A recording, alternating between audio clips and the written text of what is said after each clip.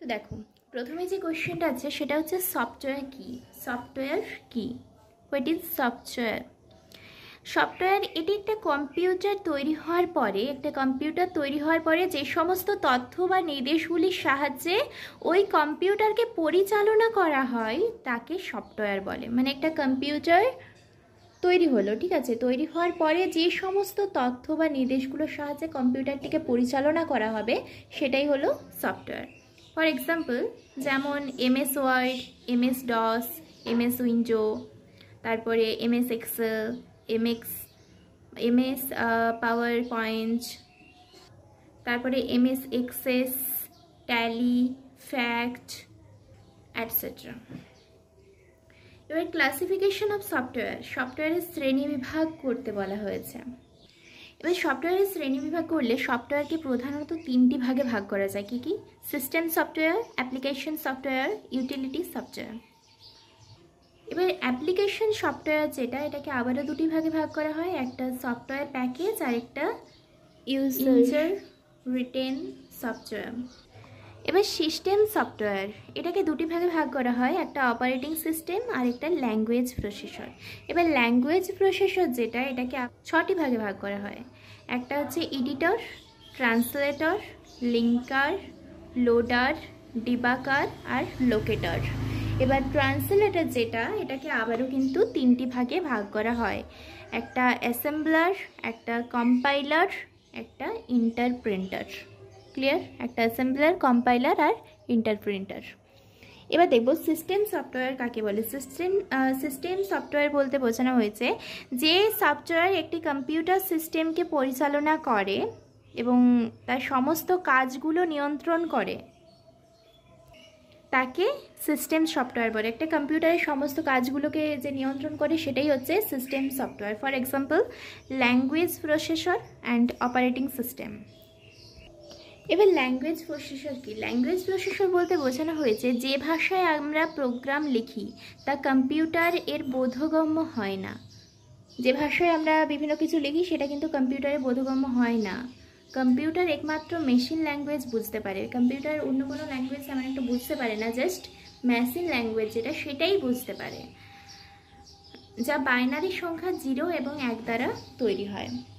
Computer কিন্তু machine language বুঝতে পারে, এটা কিন্তু বাইনারি সংখ্যা 0 আর 1 দ্বারা তৈরি হয়, যেটা আমরা আগের ভিডিওতে দেখেছিলাম।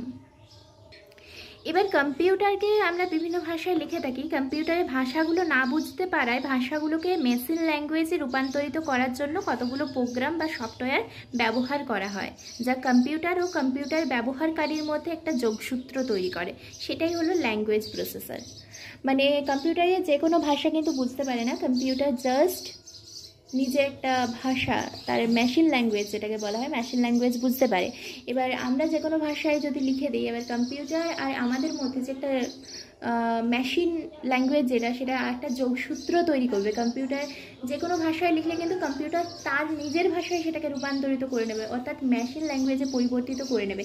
এটাই হচ্ছে language processor. For example editor, translator বা ট্রান্সমিটার এখানে লেখা আছে, অ্যাকচুয়ালি ট্রান্সলেটর হবে, তারপরে assembler, compiler, interpreter, linker, loader, etcetera. এটা কিন্তু ট্রান্সলেটর হবে, ঠিক আছে, ট্রান্সলেটর কেটে লিখে দিচ্ছে।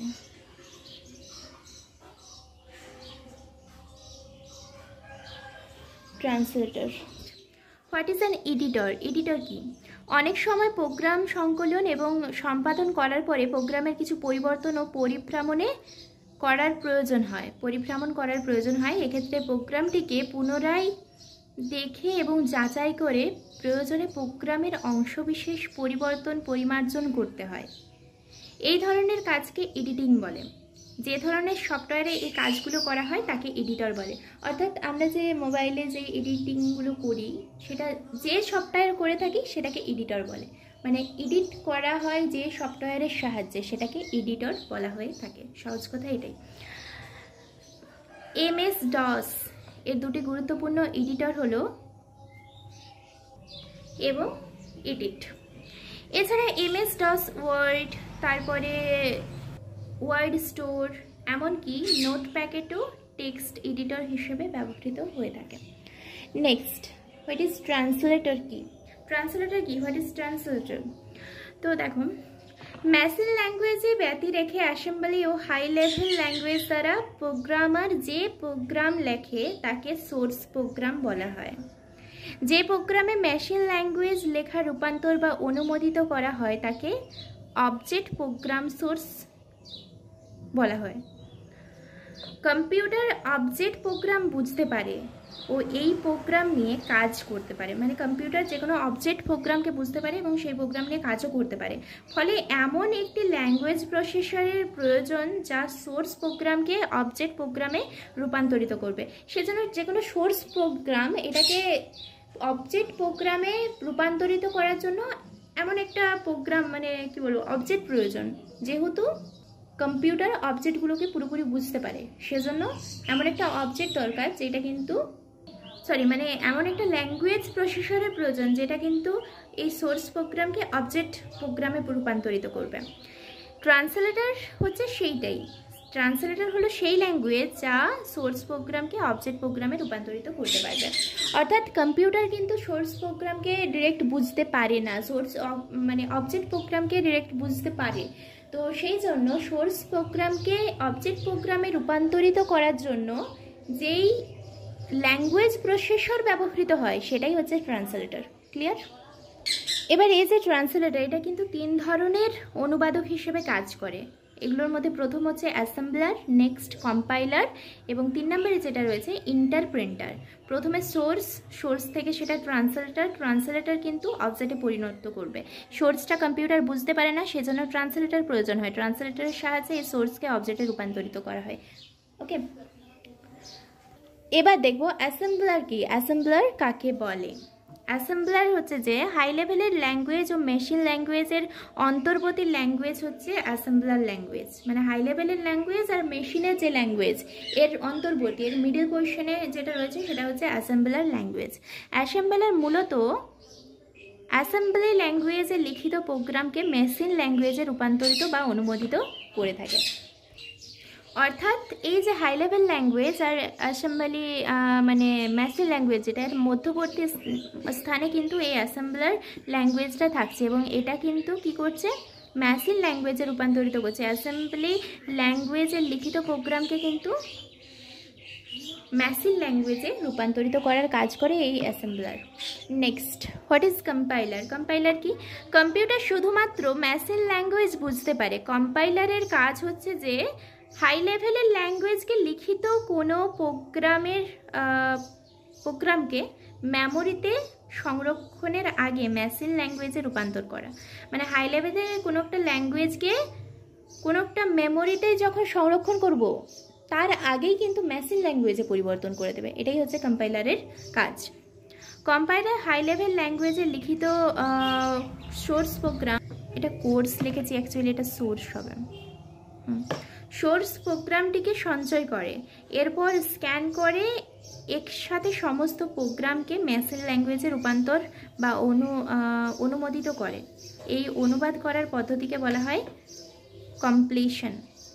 কম্পাইলার থেকে কমপ্লিশন। ওকে, অর্থাৎ কি বললাম, মানে হাই লেভেলের যে ল্যাঙ্গুয়েজটা সেটাকে কম্পিউটার মেশিন ল্যাঙ্গুয়েজে রূপান্তর করার যে পদ্ধতি সেটাকে কমপ্লিশন।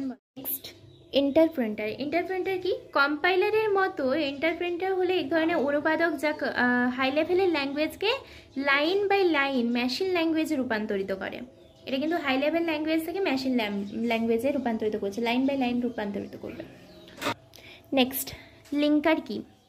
যে সফটওয়্যার অবজেক্ট মডিউলকে সংযুক্ত করে একটি মাত্র লোড মডিউলে পরিণত করে তাকে লিঙ্কার বলে। যে সফটওয়্যার অবজেক্ট ফাইল, লাইব্রেরি, রুটিং, তারপরে বিভিন্ন পদ্ধতি এবং বিভিন্ন রাশিগুলোর মধ্যে সংযোগ তৈরি করে তাকেই লিঙ্কার বলে। ক্লিয়ার? এরপর যেটা লোডার কি? লোডার হলো একটি সিস্টেম সফটওয়্যার যার কাজ হলো প্রোগ্রাম সম্পাদনের সময় লোড মডিউলকে সেকেন্ডারি ডিভাইস থেকে কম্পিউটার মেমোরিতে সঞ্চয় করে। ঠিক আছে, এবার ডিবাগার কি? ডিবাগার হলো একটি সংশোধক প্রোগ্রাম। বিভিন্ন ধরনের হাই লেভেলের ল্যাঙ্গুয়েজে আমরা বিভিন্ন ধরনের ভুলের সম্মুখীন হয়ে থাকি, যেমন সেন্টেন্স এরর, তারপরে লজিক্যাল এরর ইত্যাদি। ডিবাগার এই ধরনের ভুলগুলোকে নির্ধারণ করে এবং ভুল ত্রুটিগুলো পরীক্ষা করে প্রোগ্রামটি ত্রুটি মুক্ত করার চেষ্টা করে।